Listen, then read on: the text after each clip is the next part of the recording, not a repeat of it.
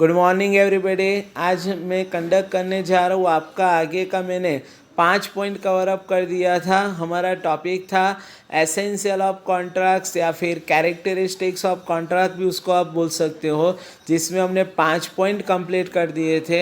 बाकी के 3 पॉइंट थे वो आज मैं कंप्लीट करने जा रहा हूँ इस लेक्चर में।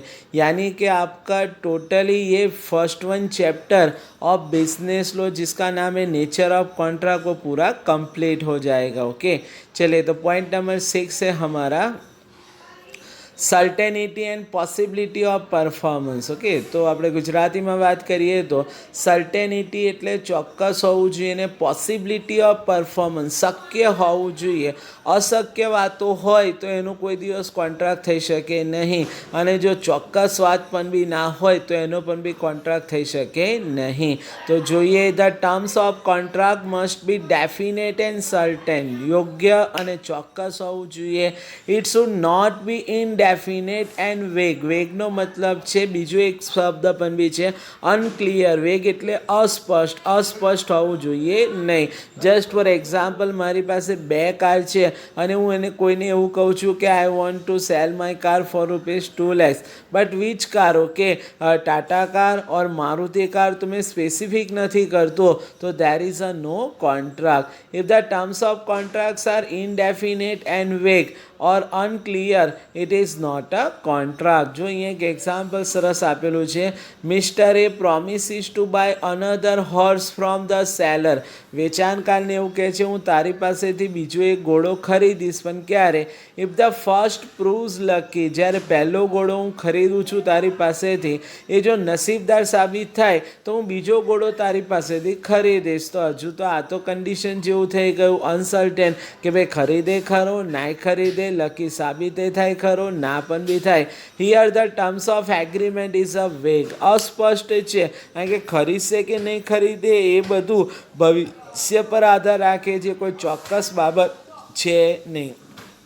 સો it is not a contract. Similarly બીજી વાત કરીએ તો terms and conditions of contract must be possible to perform. ધ્યાન રાખો, કામ શક્ય હોય એનો કોન્ટ્રાક્ટ થાય, પણ જે વસ્તુ અશક્ય હોય, દાખલા તરીકે કોઈ વ્યક્તિની ડેથ થઈ જાય છે અને બીજો કોઈ વ્યક્તિ એવું કે લાય ભાઈ 5,000 રૂપિયાનો કરાર કરીએ, હું આને જીવતો કરી દઉં, તો આ કંઈ પોસિબલ છે નહીં। તો આવી જે અશક્ય વસ્તુઓ હોય એનો કોઈ દિવસ કોન્ટ્રાક્ટ થાય નહીં। એક્ઝામ્પલ સરસ છે, જો અહીંયા A promises to B to take him to moon for ₹50,000। A બીને વચન આપે છે લાય 50,000 રૂપિયા હું તને ચંદ્ર લાવી આપું, બરાબર છે। This is not possible to perform. આ હકીકતમાં શક્ય છે નહીં કે આકાશમાંથી ચંદ્ર લેતા હોવા, તારા લેતા હોવા, કોઈની અંદર જીવ પૂરી દેવું, આ બધું શક્ય નથી। So it is not a contract, બરાબર છે, તો આને કરાર કહી શકાય નહીં। એ જ રીતના ભારતીય ધારા મુજબ વાત કરીએ તો કોઈ વ્યક્તિના, હિન્દુ વ્યક્તિના મેરેજ થઈ ગયેલા છે કોઈની સાથે ઓલરેડી, તો એ બીજી વ્યક્તિ સાથે પણ બે લગ્નનું વચન આપી શકશે નહીં। જો આપે તો એ કોન્ટ્રાક્ટ કહેવાશે નહીં। ક્યાં મતલબ, ચલો તો સર્ટેનિટી એન્ડ પોસિબિલિટી ઓફ પરફોર્મન્સ હોવું જરૂરી છે। કોન્ટ્રાક્ટનો એક આ અગત્યનો ભાગ છે, આના પરથી એક આખું ચેપ્ટર પણ બી આવશે આગળ જતાં। આ તમે જેટલા પોઈન્ટ જોઈ ગયા છે ને કે ઓફર છે, એક્સેપ્ટન્સ છે, લોફુલ કન્સિડરેશન છે, કમ્પેટન્સી ઓફ પાર્ટીઝ, આ બધા પૂરેપૂરા ડિટેલમાં ચેપ્ટર આવશે। આ તમારી હાઇલાઇટ્સવાળું જ ક્વેશ્ચનનો આન્સર છે એવું સમજીને ચાલજો। 7મો પોઈન્ટ છે તમારી પાસે લોફુલ ઓબ્જેક્ટ। ધ્યાન રાખો, ઓબ્જેક્ટ, હેતુ, ધ્યેય, ટાર્ગેટ તમારો કાયદેસર હોવો જોઈએ, પણ જો ઇલીગલ હોય, ઓપોઝ ટુ પબ્લિક પોલિસી હોય, ઇમોરલ હોય તો પછી એ વેલિડ કોન્ટ્રાક્ટ કહેવાશે નહીં। The object of contract must be lawful, lawful એટલે કાયદેસર હોવો જોઈએ। ઇટ મીન્સ, આનો અર્થ એવો થાય છે it is not be illegal, ગેરકાયદેસર ના હોવો જોઈએ। ઇમોરલ એટલે અનૈતિક પણ બી ના હોવો જોઈએ। ઓર ઓપોઝ ટુ પબ્લિક પોલિસી, જાહેર નીતિની વિરુદ્ધ પણ બી હોવું જોઈએ નહીં। જો હોય તો એ વેલિડ કોન્ટ્રાક્ટ કહેવાશે નહીં। એક્ઝામ્પલ, એ પ્રોમિસીસ બે, એ બીને વચન આપે છે ટુ લેટ હિઝ હાઉસ, તું મને મકાન આપી દે for the purpose of running a gambling club. ધ્યાન રાખો, જુગાર માટેનું એક ક્લબ બનાવવું છે અને એ બીને એવું કહે છે ભાઈ તું મને તારું મકાન આપી દે. તો here the object of agreement is a immoral. Bus immoral એટલે અનૈતિક છે, ખોટું કામ થઈ રહ્યું છે.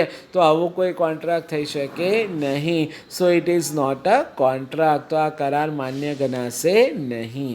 છેલ્લો પોઈન્ટ છે 8મો તમારી પાસે, agreement not declare void. Void એટલે રદ.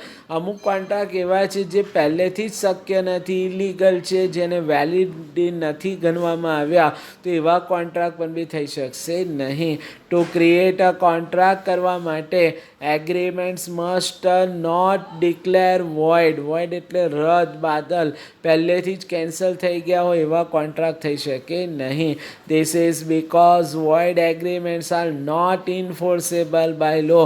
કારણ કે આ વોઇડ એગ્રીમેન્ટ્સ હોય એને કોઈ કાયદો લાગુ પડતો નથી. તો એવા કયા કયા વોઇડ એગ્રીમેન્ટ્સ છે? તો કે following are the examples of void agreements. પહેલું છે એગ્રીમેન્ટ્સ વિધાઉટ કન્સિડરેશન. ધ્યાન રાખો, મિસ્ટરે મિસ્ટર બીને કાર આપે છે પણ બદલામાં કંઈ જ લેતો નથી, કન્સિડરેશન છે જ નહીં, તો એ પછી વેલિડ કોન્ટ્રાક્ટ કહેવાશે નહીં. એ જ રીતના એગ્રીમેન્ટ્સ વિથ માઇનોર, સગીર વ્યક્તિ સાથે તમે કરાર કરો છો તો એ પણ બી, દાખલા તરીકે તમે સગીર વ્યક્તિને કાર વેચી દીધી અને સગીર વ્યક્તિ પૈસા નથી આપતો તો તમે એનું કશું ના બગાડી શકો. તમે કોર્ટમાં દાવો કરશો તો પણ બી એની પ્રોપર્ટી હશે તો પણ બી એમાંથી પૈસા નહીં મળે. ધ્યાન રાખો, બા છે એ પોતે સગીર પણ બી લાયેબલ છે નહીં, કહેવાનો મતલબ. એટલે સગીર સાથે કોઈ કોન્ટ્રાક્ટ થાય નહીં. અને છેલ્લો પોઈન્ટ છે એગ્રીમેન્ટ્સ ટુ બી ઇમ્પોસિબલ એક્ટ. અશક્ય કાર્ય હોય કે જે પોસિબલ જ નથી. આપણે ઉપર જોઈ ગયા કે ભાઈ આકાશમાંથી ચંદ્ર લઈને આપવો, બા કોઈનામાં જીવ પૂરી આપવો, તો આ બધા તમારા વોઇડ એગ્રીમેન્ટ્સ છે. તો આ વોઇડ એગ્રીમેન્ટ્સ હોય એ કોઈ દિવસ કોન્ટ્રાક્ટમાં ટ્રાન્સફર થશે નહીં. એટલે એનું પરિણામ સ્વરૂપે વેલિડ કોન્ટ્રાક્ટ બની શકશે નહીં. ઓકે, તો ટોટલી તમારા 8 પોઈન્ટ થયા મોસ્ટ એમપી. આ ચેપ્ટરમાંથી આપણે ઓલરેડી 3 પ્રશ્ન ભણી ગયા. કયા કયા એ પણ બી યાદ કરાવી દઉં તમને. પહેલો જ ક્વેશ્ચન હતો ડિફાઇન કોન્ટ્રાક્ટ. કોન્ટ્રાક્ટની વ્યાખ્યા આપવાની હતી. અને જો આવો પ્રશ્ન પૂછાય કે ભાઈ all contracts are agreements but all agreements are not contract, તો વ્યાખ્યા અને બાકીનું જે મેં તમને 2 પોઈન્ટ લખાયા હતા કે ભાઈ એલિમેન્ટ્સ ઓફ કોન્ટ્રાક્ટમાં 2 વસ્તુ જરૂરી છે, એક તો એગ્રીમેન્ટ અને બીજું હતું ઇન્ફોર્સેબલ બાય લો. એટલે પહેલો પ્રશ્ન આખો ભેગો કરો એટલે તમારો આ એક પ્રશ્ન થઈ જશે કે ભાઈ all contracts are agreements but all agreements are not contract. ત્યાર પછી આપણે બીજો પ્રશ્ન બની ગયા હતા ટાઈપ્સ ઓફ કોન્ટ્રાક્ટ, જે મેં તમને કહ્યું હતું તમારે તૈયાર નથી કરવાનો પણ એમસીક્યુ માટે ખાસ સમજવાનો છે, કારણ કે મેક્સિમમ એમસીક્યુ ત્યાંથી પૂછાશે. અને ત્રીજો પ્રશ્ન છે તમારો એસેન્શિયલ ઓફ અ કોન્ટ્રાક્ટ. કોન્ટ્રાક્ટની જરૂરી બાબતો કઈ છે? તો આ 8 બાબતો આપણે ભણી ગયા. એટલે ટોટલી તમારું ચેપ્ટર યુનિટ 1નું ચેપ્ટર નંબર 1 હતું નેચર ઓફ કોન્ટ્રાક્ટ, એ તમારું ફિનિશ્ડ થયું અહીંયા. અને 3 પ્રશ્નો છે. અને ધ્યાન રાખો, એક વસ્તુનું ખાસ તમને જણાવી દઉં કે જે તમારી ફાઇનલ એક્ઝામ હોય જેમાં 15 માર્ક્સનો ક્વેશ્ચન હોય, એમાં એવું પણ બી થઈ શકે કે તમારો પહેલો ને ત્રીજો ક્વેશ્ચન ભેગા થઈને 15 માર્ક્સના પૂછે, એવું પણ બી થઈ શકે.